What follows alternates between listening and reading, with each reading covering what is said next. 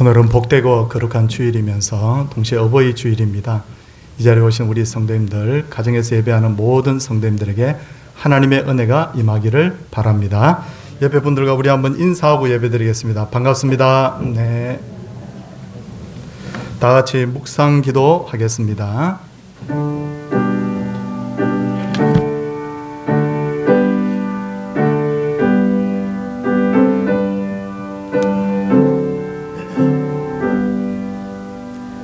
하나님은 영이시니 예배하는 자가 영과 진리로 예배할지니라. 아멘. 사도신경으로 우리의 신앙을 고백합니다.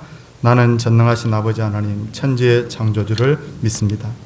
나는 그의 유일하신 아들 우리 주 예수 그리스도를 믿습니다. 그는 성령으로 잉태되어 동정녀 마리아에게서 나시고 본디오 빌라도에게 고난을 받아 십자가에 못 박혀 죽으시고 장사된 지 사흘 만에 죽은 자 가운데서 다시 살아나셨으며 하늘에 오르시어 전능하신 아버지 하나님 우편에 앉아 계시다가 거기로부터 살아있는 자와 죽은 자를 심판하러 오십니다. 나는 성령을 믿으며 거룩한 공교회와 성도의 교제와 죄를 용서받는 것과 몸의 부활과 영생을 믿습니다. 아멘. 찬송 288장입니다.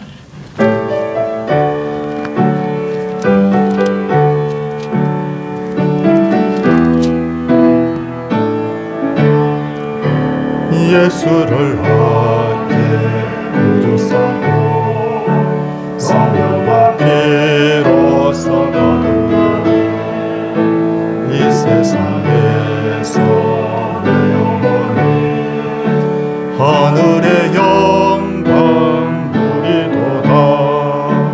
이것이 나의 간절이요 이것이 나의 찬송일세. 나 사는 동안 끊임없이 구주를 찬송하리로다. 온전히 주께 맡긴 내 영 사랑의 음성을 듣는 주에 천사들 왕래 하는 것과 하늘의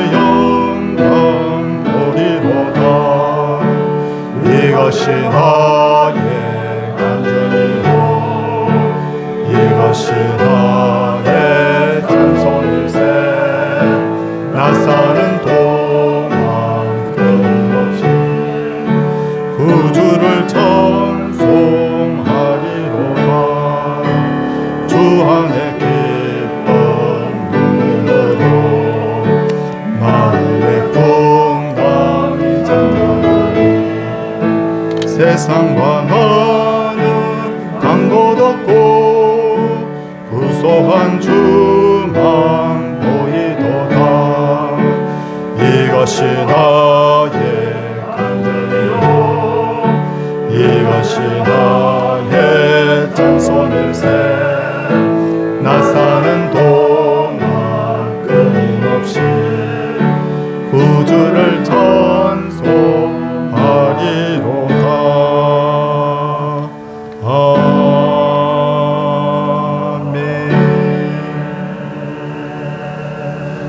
김방훈 집사님께서 기도 인도하시겠습니다.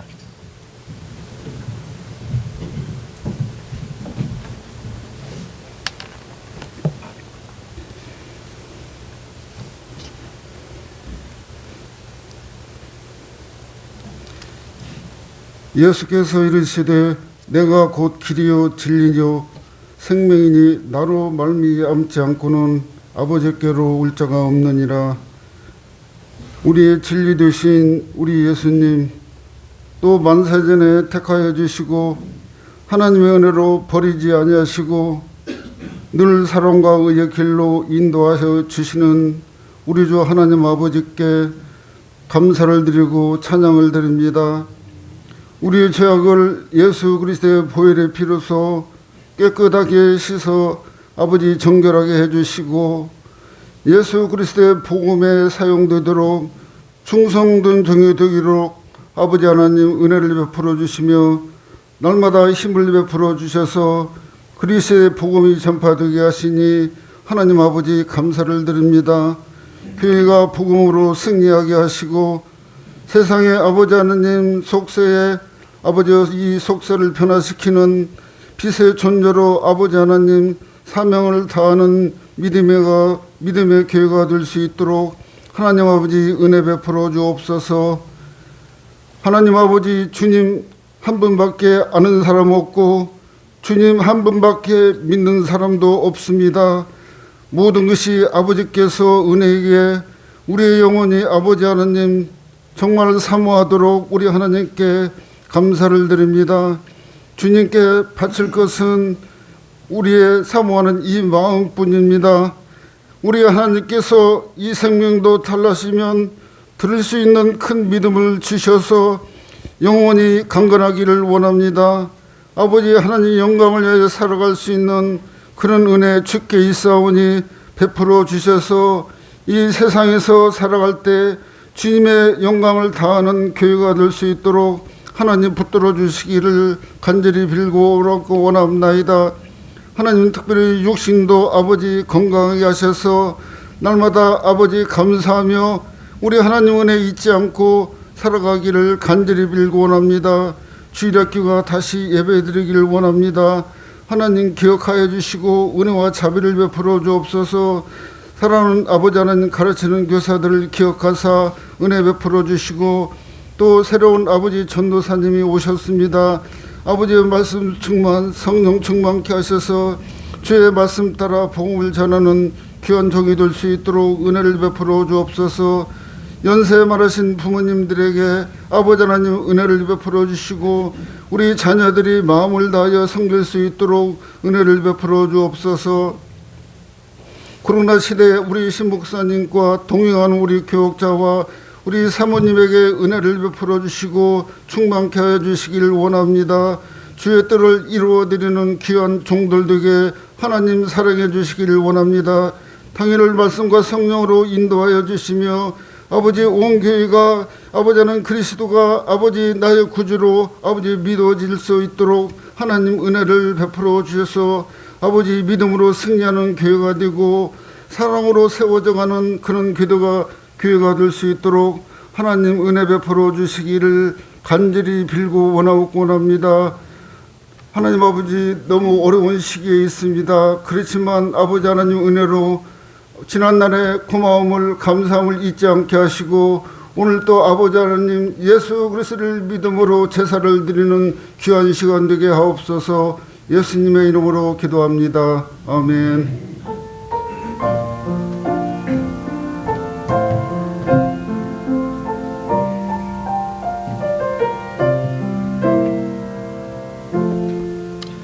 하나님의 말씀은 에베소서 6장 1절에서 3절까지 말씀입니다.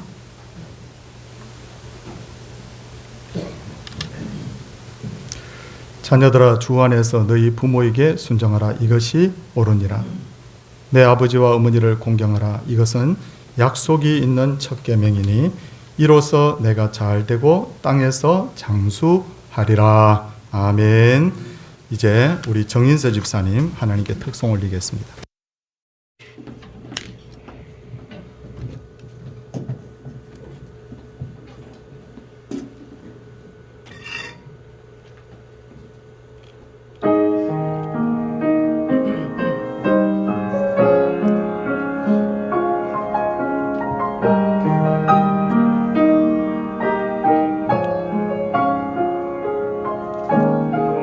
여호와는 나의 목자시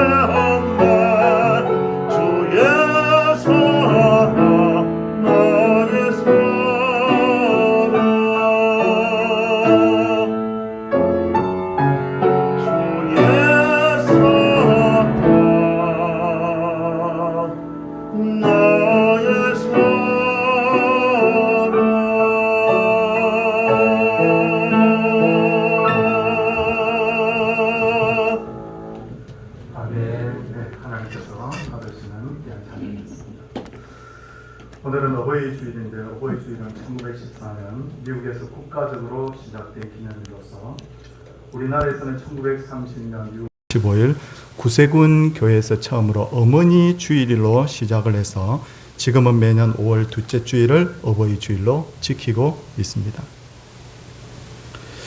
물질은 풍부해졌지만 정신이 황폐한 이 시대에 우리가 어버이 주일을 오늘 지키는 것 참 의미가 있다고 생각합니다. 성도님들께서 아시다시피 요즘엔 자녀들이 부모에게 불효한 일들을 하는 일들이 많은데 왜 예전과 달리 이렇게 자녀들이 부모에게 불효한 일이 하는 일이 많을까? 여러 가지 원인을 생각해 볼 수 있지만 그 중에 하나는 바로 원인이 핵가족화에 있다고 봅니다. 핵가족화가 되면서 자녀들이 효도를 눈으로 보고 배울 기회가 사라졌죠. 부모님에게 효도를 해야 된다는 것은 아는데 어떻게 효도를 해야 되는지를 모르는 거예요. 가령 옛날에는 할아버지가 아버지를 부릅니다. 그러면 아버지가 공손하게 예 아버지 이렇게 대답을 하면 아들이 아 저렇게 어른에게 대답을 하는구나 이렇게 배우는 거예요. 옛날에는 어머니가 할머니의 잠자리를 보아드리는 걸 보면서 딸들도 똑같이 아 나도 어머님에게 저렇게 해야 되는구나 하고 보고 배웁니다. 그런데 요즘엔 그런 것을 보고 배울 기회가 없다 보니 일일이 말로 가르쳐야 되는 거예요. 이건 이렇게 하고 저건 저렇게 하고 자꾸만 말을 많이 하다 보니까 자녀의 입장에서 보면 그것을 잔소리로 여기게 되고 결국 거부감을 가지게 되고 갈등이 생기는 것입니다. 그런데다가 학교에서도 국어, 영어, 수학은 강조하지만 윤리와 효도를 가르치지 않지 않습니까? 이럴 때일수록 교회가 영적인 책임의식을 가지고 힘써 자녀들에게 효도를 가르치는 것이 마땅하다는 거예요. 오늘 성경은 우리에게 자녀들아 주 안에서 너희 부모에게 순종하라 라고 말씀합니다. 모든 그리스도인들은 마땅히 부모에게 순종해야 됩니다. 이것은 하나님의 타협할 수 없는 바로 명령이에요. 하지만 부모에게 순종하되 반드시 주 안에서 순종하라, 그렇게 말씀을 하고 있습니다. 이 부분에 대해서 전에도 말씀을 드렸듯이 주 안에서 순종한다는 것은 하나님께서 금하신 것을 하면서까지 효도를 해서는 안 된다는 의미라고 말씀드렸죠. 가령 너 교회 가지 마, 너 하나님 섬기지 마, 너 이제부터 제사 드려, 너 이제부터 부모와 함께 절에 가자. 그것은 우리가 순종할 수 없는 이유가 바로 하나님의 계명에 어긋나는 바로 일이기 때문입니다. 또한 주 안에서 순종한다는 것은 부모가 부족한 면이 있더라도 하나님 보고 순종하라, 그런 말이죠. 하나님 때문에 순종한다, 그런 의미라고 말씀드렸습니다. 순종은 복종과 다릅니다. 복종은 상대방의 힘에 눌려서 마지못해서 억지로 따르는 것을 말하지만, 순종은 자발적으로 순순히 복종하는 것을 말합니다. 순종은 듣는다라는 의미와 공경한다는 의미가 내포되어 있습니다. 순종을 하기 위해서는 부모님의 말씀을 경청해야 된다는 것이 전제가 되어야 됩니다.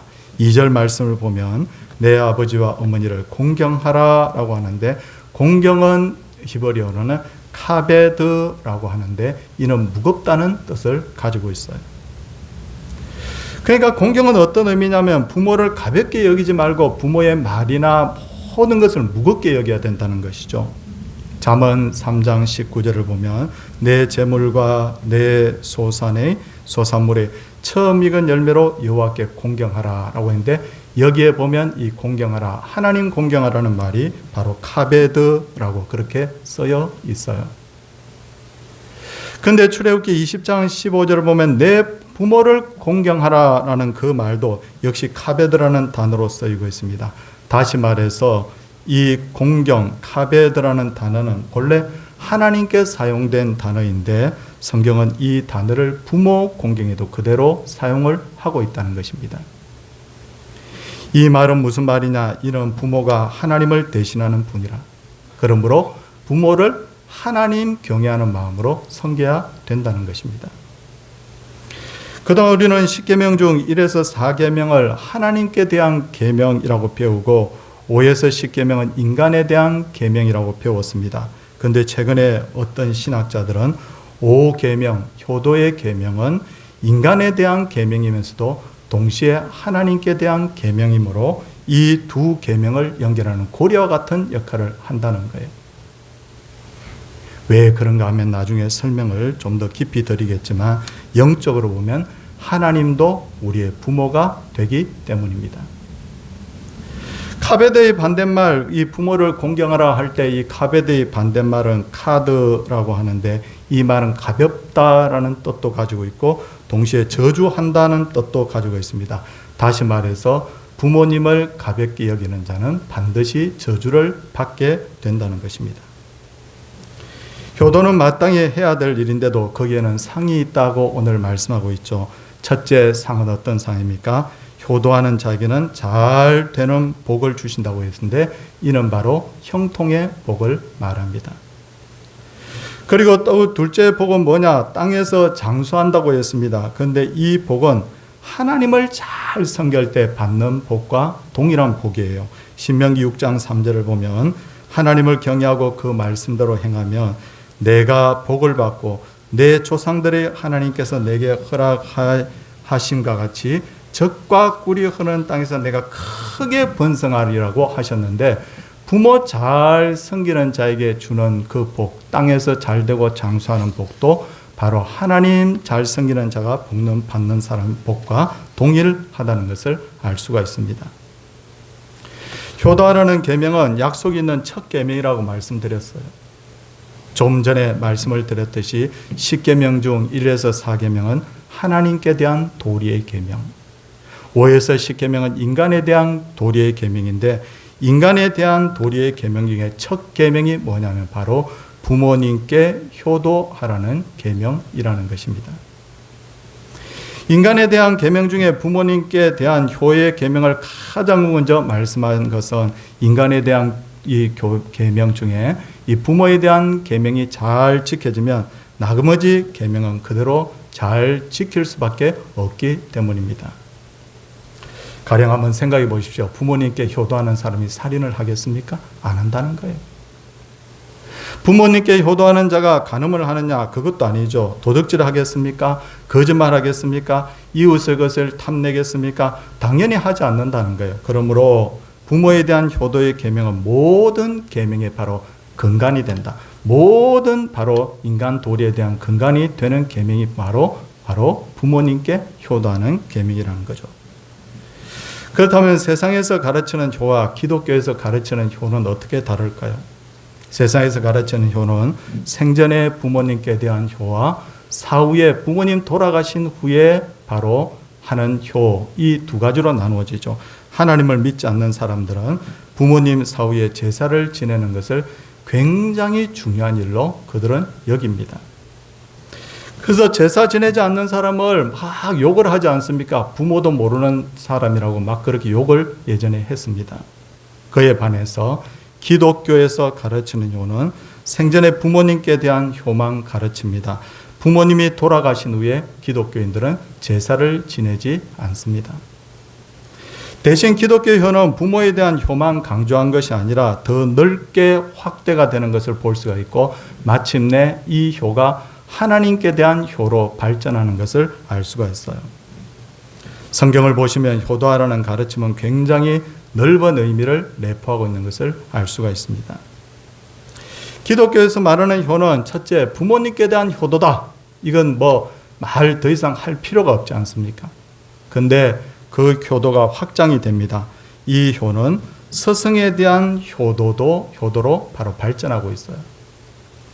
어디를 보면 알 수 있습니까? 엘리사는 스승인 엘리야를 그냥 선생님이라고 납비어라고 그렇게 부르지 않고 그 스승을 뭐라고 불렀느냐면 나의 아버지요. 나의 아버지요. 그 스승을 바로 부모로 여겼다는 것을 알 수가 있습니다. 셋째로 과거에는 나라를 다스리는 왕도 부모처럼 여겼죠. 다윗은 사울 왕을 뭐라고 불렀느냐? 나의 아버지라고 불렀던 기록이 있음을 볼 수가 있습니다. 넷째는 직장의 상사에 대해서도 아버지처럼 섬기기를 원하고 있죠. 종들이 나아만 장군을 향하여서 아버지라고 불렀다는 것을 알 수가 있고, 다섯째는 영적인 지도자에 대한 효도입니다. 영적인 지도자에 대해서도 아버지처럼 여겼던 것을 알 수가 있는데, 바울 사도는 영적인 제자들에게 나의 자녀들이라고 불렀을 뿐만 아니라 디모데는 바울을 향하여서 아버지라고 불렀던 것을 알 수가 있습니다. 여섯째는 연령상 윗사람은 다 효도의 대상이고 부모처럼 여겨야 되는 거예요. 성경이 뭐라고 말씀하고 있습니까? 늙은이를 꾸짖지 말고 권하되 아버지에게 하듯 하라라고 했고, 늙은 여자에게는 어머니에게 하듯 하라라고 그렇게 했습니다. 나보다 나이 많은 사람에 있어서도 이 효도의 법칙이라는 것이 통한다 그 말입니다. 그렇다면 어떻게 효도를 해야 될까요? 먼저 제대로 된 효도를 하기 위해서는 부모님의 마음을 이해할 필요가 있어요.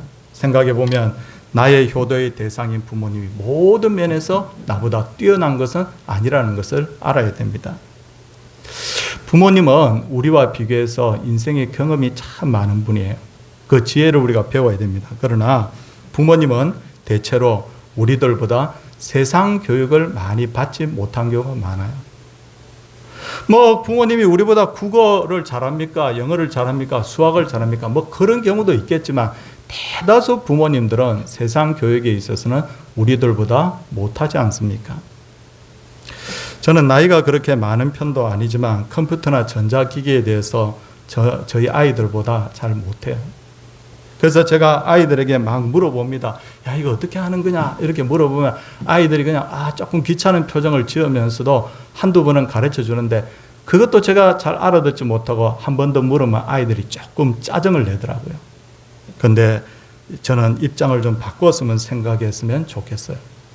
아이들은요, 저에게 어렸을 때 2살, 3살 때 아빠 이거 뭐야? 아빠 이거 뭐야? 아빠 이거 뭐야? 저한테는 100번도 더 물었거든요.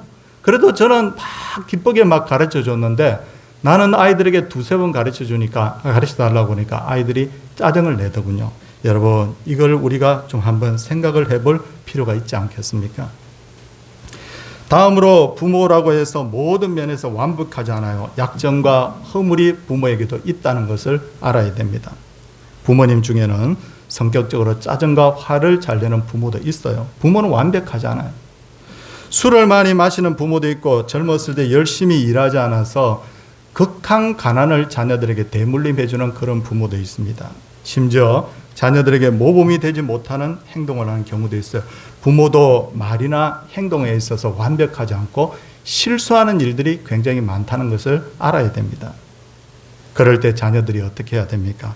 그럴 때 그 부모를 이해하고 덮어줄 수 있는 마음을 가져야 된다는 거예요. 노아의 홍수가 끝났을 때 노아는 얼마나 괴로웠겠습니까? 성경은 그 기록을 남기고 있지 않지만 한번 상상해 보겠습니다. 내가 지금까지 이 나이 동안 살 동안 내가 교제하던 친구, 내가 사랑했던 이웃들, 친지들 하루아침에 전부 다 물에 빠져가지고 다 죽었어.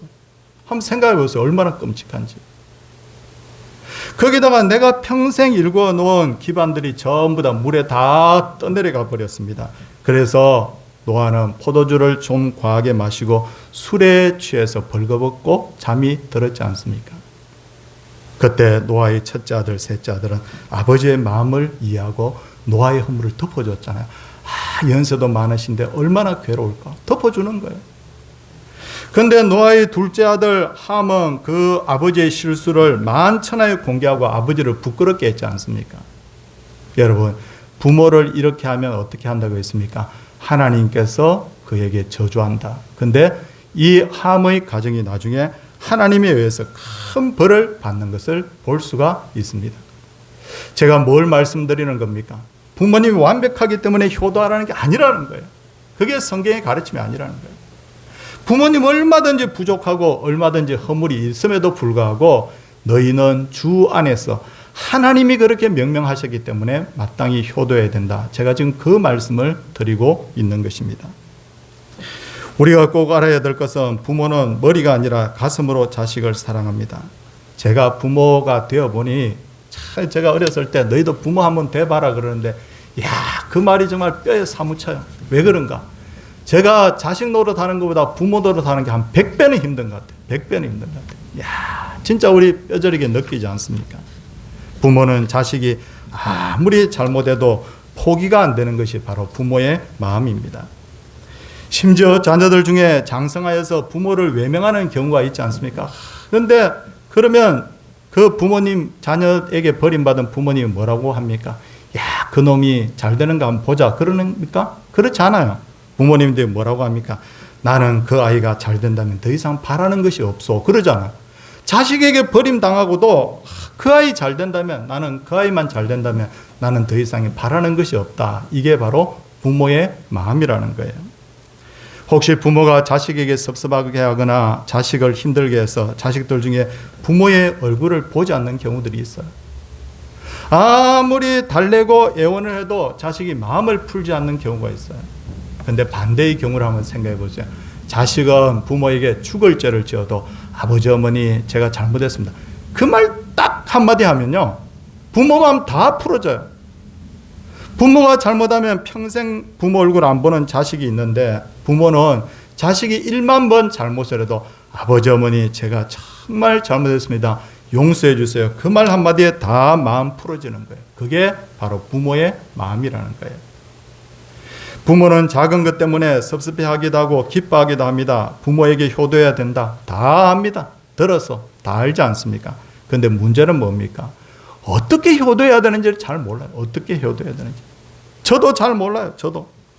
정말 저도 이렇게 한 살 한 살 나이가 먹으면서 보니까 정말 그렇게 해야 되는데 그렇게 했어야 되는데 하면서 후회되는 게 너무너무 많아요.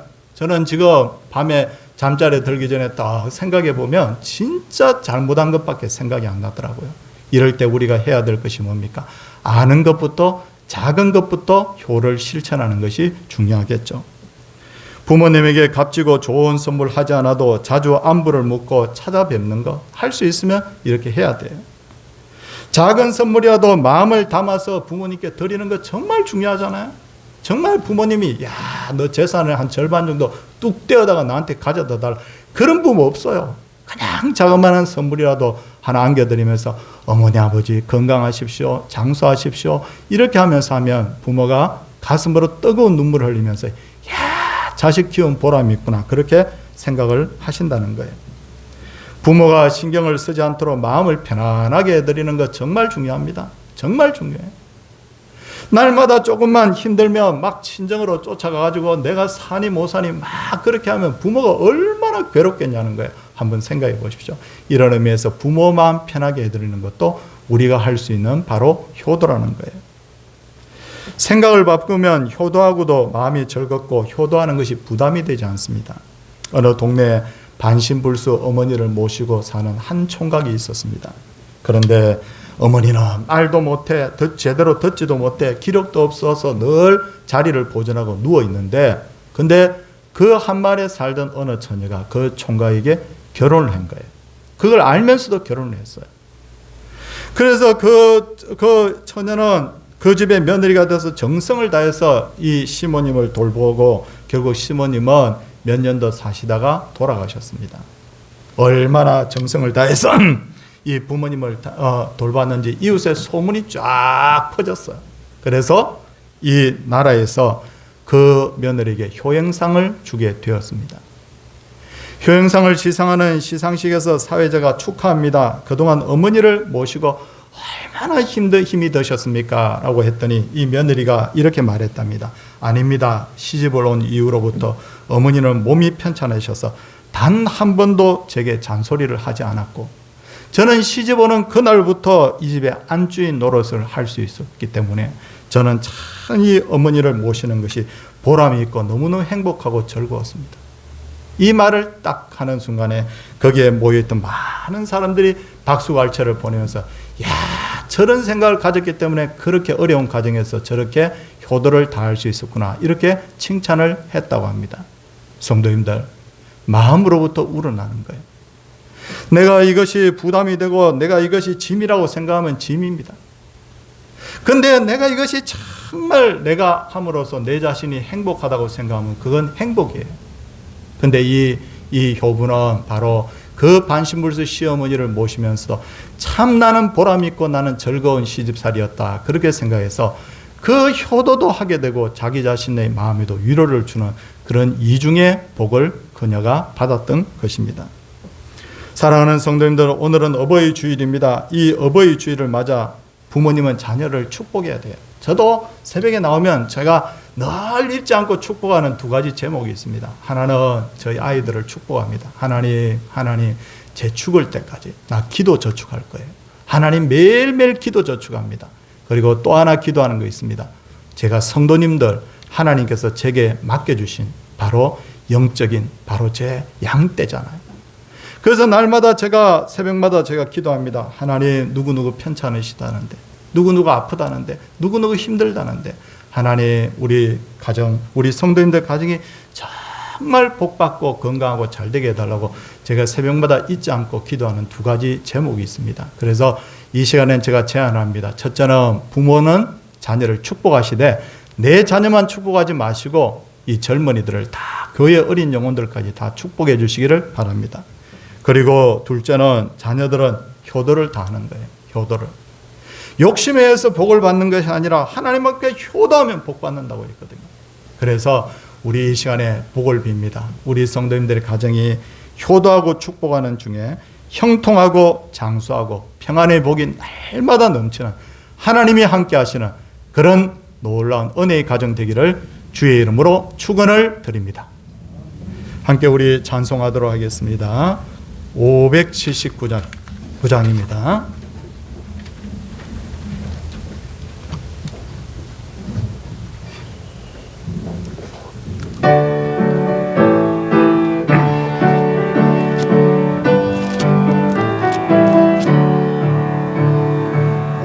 어머님의 넓은 사랑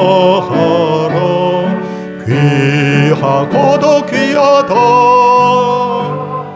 그 사랑이 언제든지 나를 감사 줍니다. 내가 울 때 어머니는 주께 기도드리고 내가 기뻐 웃을 때에 찬송 부르십니다. 아침 저녁 읽으시도 어머님의 성경책 손때 남은 구절마다 모습 본 듯합니다. 믿는 자는 누구든지 영생함을 얻으리.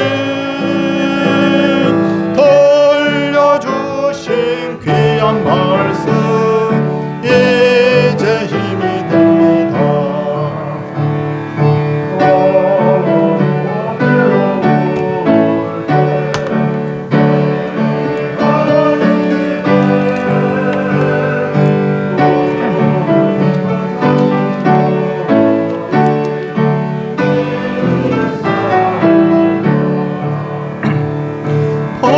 번석에서 샘물나고 황무지가 꽃피니 예수님과 동행하면 두려울 것 없어라. 온유하고 겸손하며 올바르고 굳세게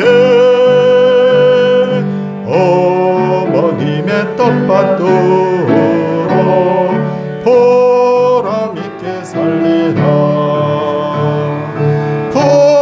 풍파많은 세상에서 선한 삶 사우다. 생명신에 흐르는 곳 이제 함께 살리라.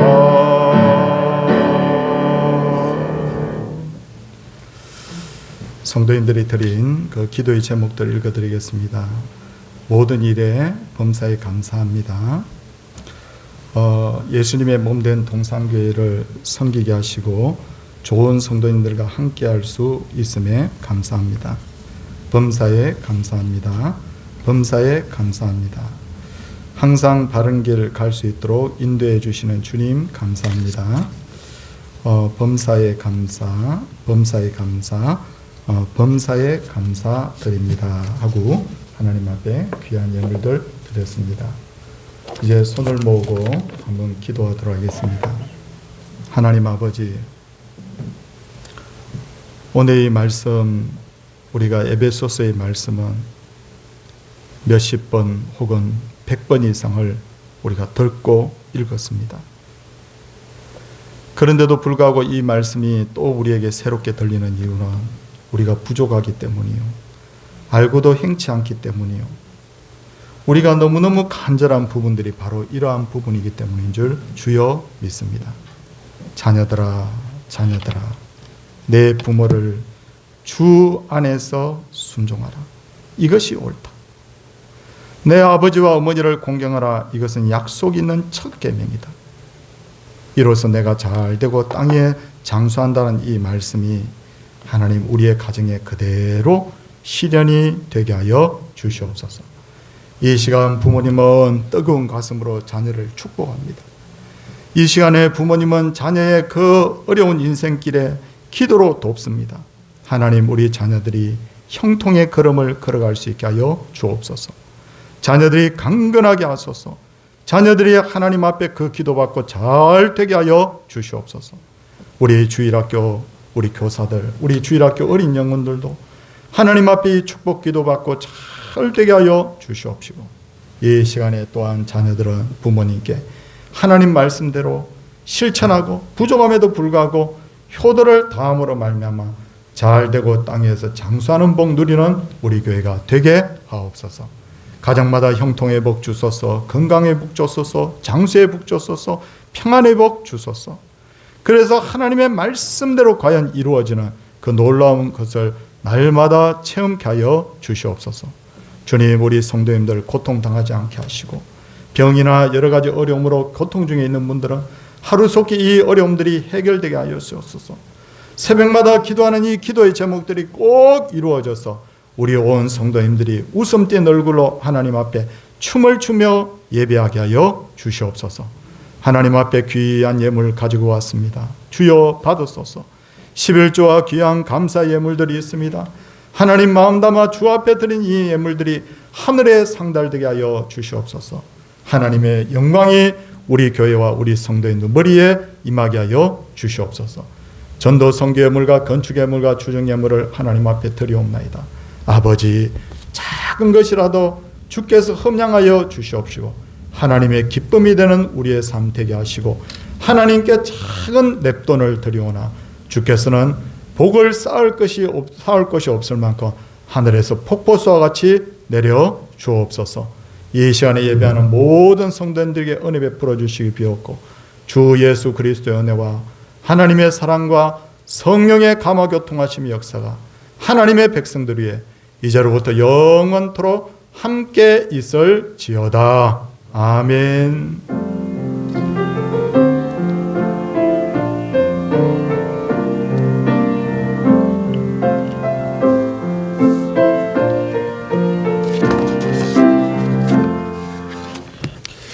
예, 성도님들, 제가 여기서 이렇게 성도님들 뵈면 성도님들 그림 같아요. 왜 그림 같으냐면 줄을 쫙 쥐어서 앉았는데 보니까 자리마다 전부 다 꽃이 두 송이씩 딱딱딱 이렇게 빨간 꽃이 이렇게 피어 있는 거 보니까 너무 예뻐요. 너무 예쁜데 여러분, 정말 이 시간에 오늘 어버이 주일 우리 성도님들에게 정말 복 있는 그런 주일이 되기를 원합니다.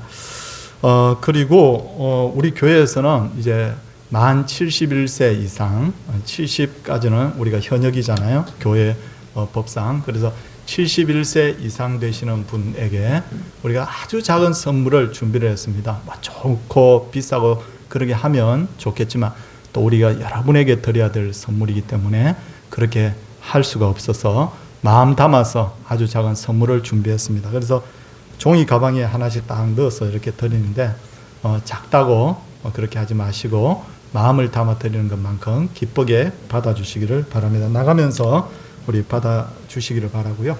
그리고 다음 주일은 우리 주일학교 선생님들 위해서 우리 스승의 주일 하나님 앞에 예배하는 그런 날입니다. 김영남 집사님 이사하셨고 또 김광자 집사님 이사하셨습니다.